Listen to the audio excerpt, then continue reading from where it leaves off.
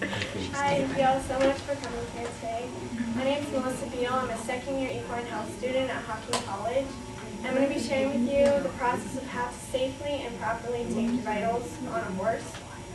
Do any of you own horses? I mean, if you don't own a horse, do you own like a cat or a dog? Yes. Because although the horse is much bigger, you can use the same exact process on the other animals. It's just different numbers. The first main three you want to know are your pulse, respiration, and temperature. It's really important to know how to take these because when you call the vet, the first thing they want to know is their temperature, their respiration, how they're breathing. So if you know the numbers ahead of time, as soon as you pick up the phone, you can tell them, they'll arrive and they can get right to treating their horse or animal, and it can ultimately save their life. Another reason is for your personal records, because if you know your animal's basic everyday vitals, you'll know as soon as something goes wrong, and you'll be able to contact the vet sooner. So the first thing is the pulse, which is 20 to 40 minutes, and that's just their heart rate. So if you have a stethoscope, it's the easiest way. You can listen right on their left side, which is behind their elbow, which I'll demonstrate in the video so you can see it better. And you need a stopwatch of some kind, which you can find on every phone these days, or if you have a watch or just anything. And you want to count the beats for 30 seconds, and then you just double it. And I have cards which have the numbers for cats and dogs when we're done, so you'll be able to see those too. So here,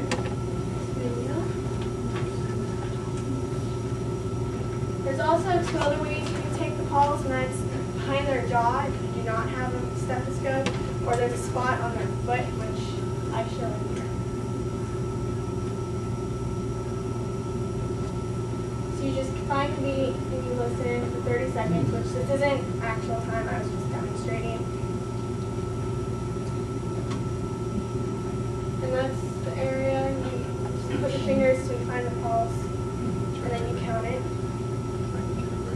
You also want to be aware that you're not feeling your own pulse through your fingers.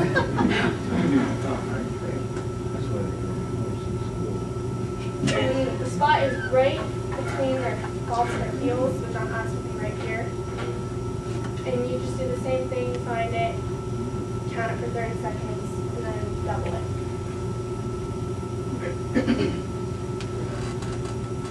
The next area you want to go to is for respiration, which is on their barrel, which is side. I'll show that in here too.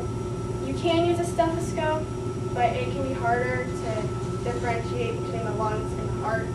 So the easiest way is to just step off to the side and watch their sides. They move in and out. And get your watch or your stopwatch and count their breaths for 30 seconds. And then again, double it. This can be harder to do in the winter because it's not noticeable when they breathe a lot. So you can go up to their nose and watch as their nostrils flare, or you can even hold your hand or a mirror and feel it or see it on the mirror. And you want that to be between 10 to 14 per minute at a standing rate, like when they're just standing still.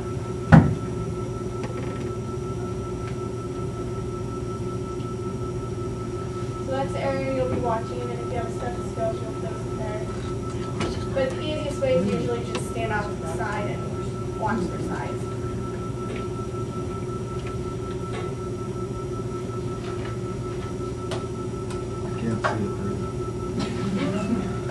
That's your problem.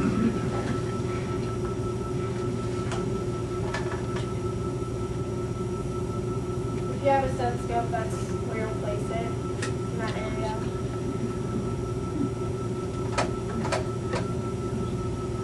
You can also watch their nostrils.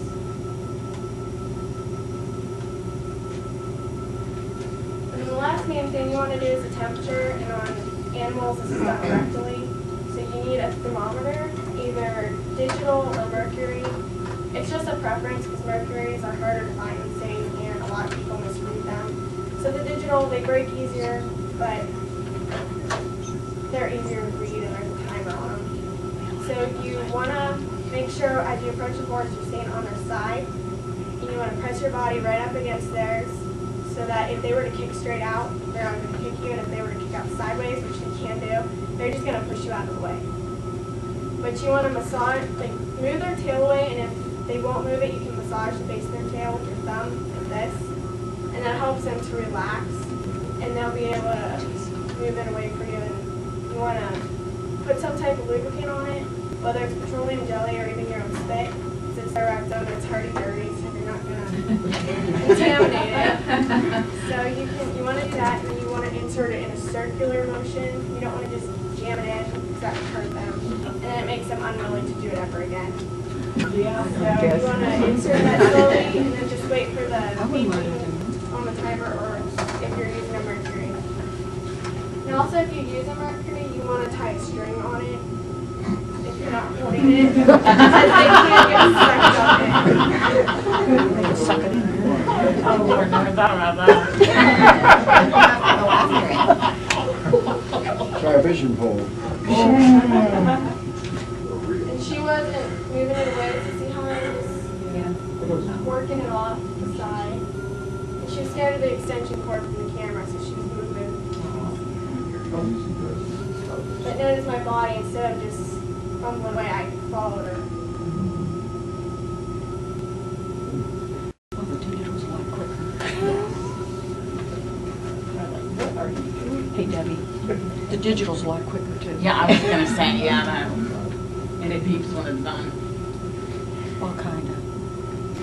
So those are probably three most important. But you also want to notice their hydration level. And you do this with the pinch test. And all you do is go find a place on their neck, and you pinch the skin and lift it, and then release it, and it should just return flat and normal in 1 to 2 seconds. If it were to just stay up and sticky, that could mean they're not getting the water they need. This isn't always accurate on older animals because, you know, with age it's not as accurate. So you can go up to their mouth and lift their lips, and their gums should be nice and moist and slimy. And you also want to note the color of their gums, because if it's bright red, that can mean that they have high blood pressure. And if they're turning more of a blue color, that can mean that they're not getting enough blood to their extremities, and you want to contact the vet as soon as possible.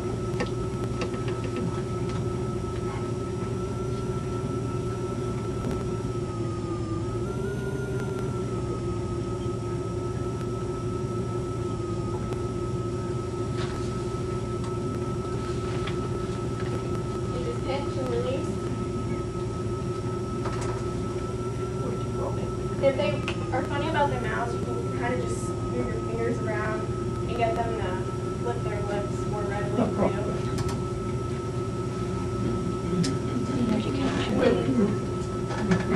That there, where I lifted and pressed my thumb, that was the capillary refill. And that is to tell the blood pressure. You want to press your thumb, and you want, as you release it, you want it to return that healthy pink color in 1 to 2 seconds. And that's where the color would come in on the gums. If it's bright red or blue, that's based on how the heart is pumping blood through the body.